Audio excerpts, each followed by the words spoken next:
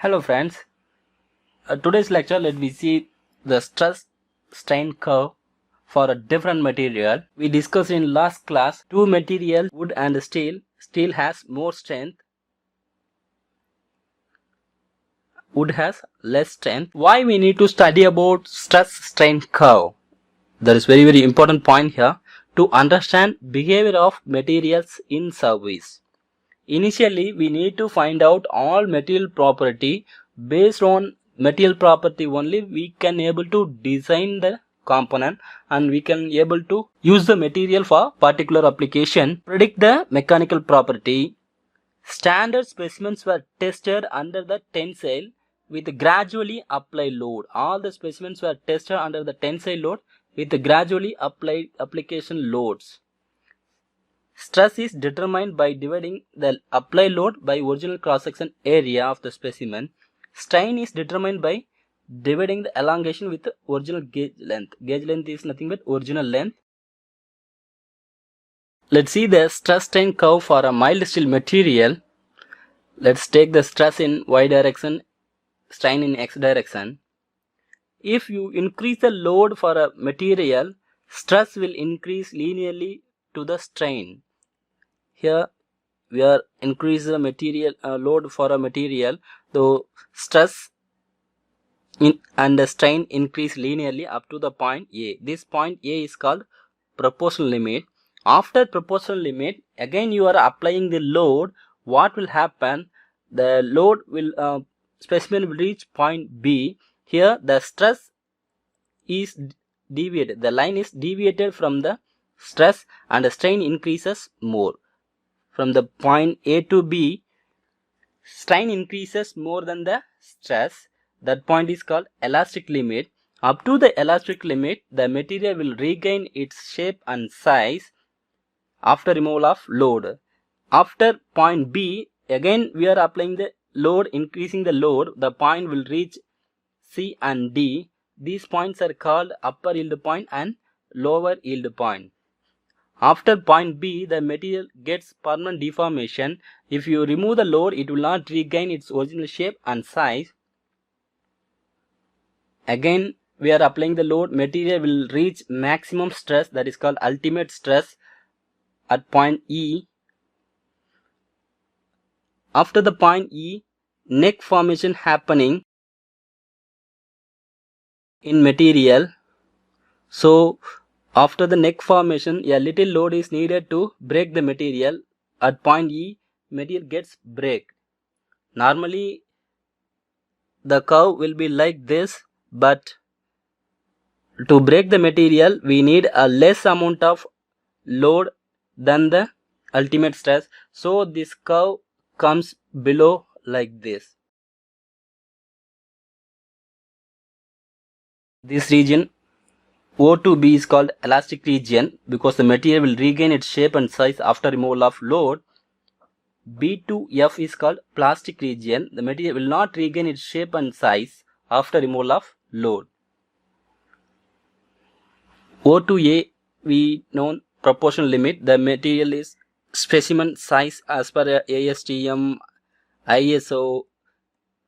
As per standard, we need to shape the material and should test. And point O to B is called elastic limit. See, when we are applying the load, it will extend. After removal of load, it will come to original shape. Point B to D is called yield point, upper yield point and lower yield point. Here, material gets plastic deformation. At point E, after reaching the ultimate stress, neck formation happening in the material. Here, the diameter is reduced. At point F, we need to apply some load to break the material. At the time of breaking, the stress is created, is called breaking stress. Let's see the theory.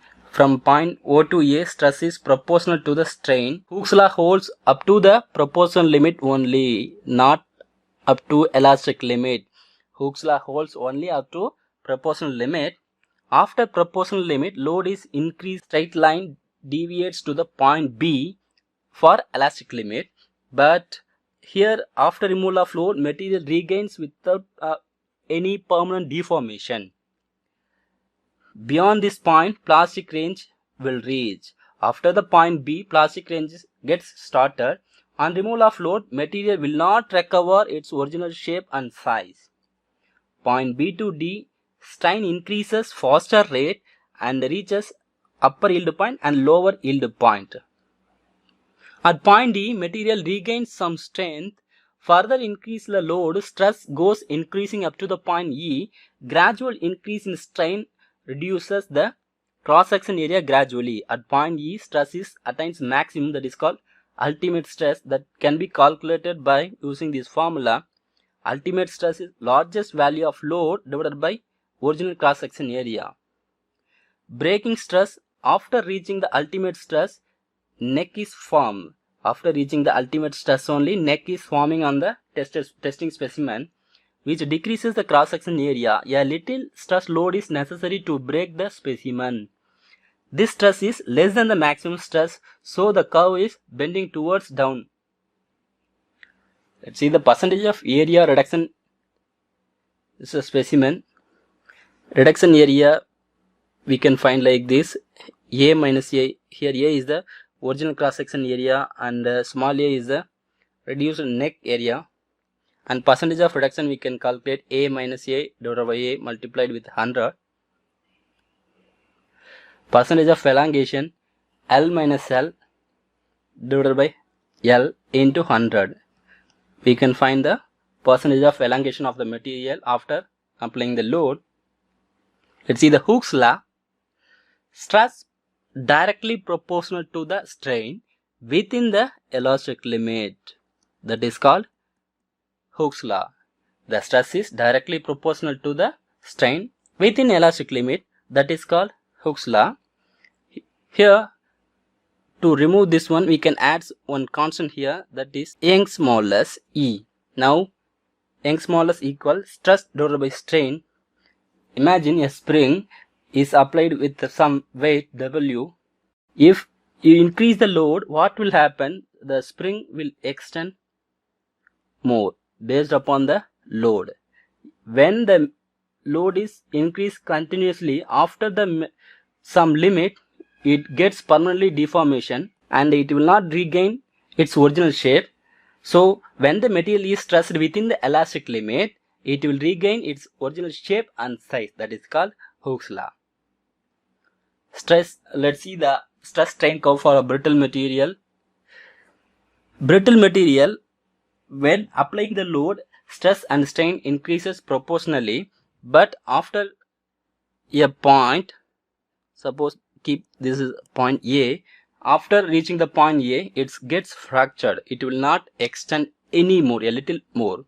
Example, concrete, carbon fiber, cast iron. These are the best example for the brittle material.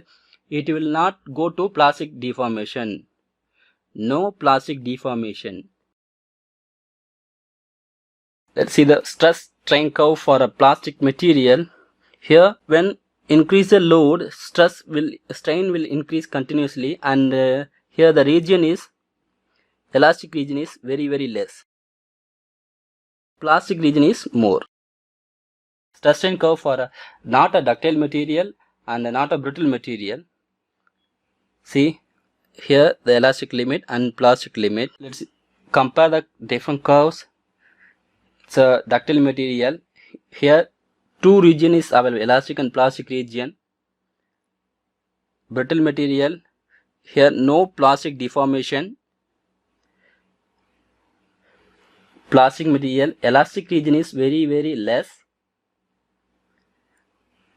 And non-brittle, non-ductile material, strong material but not a ductile, not a brittle, stretches very little before sudden break, that is called non-ductile, non-brittle material.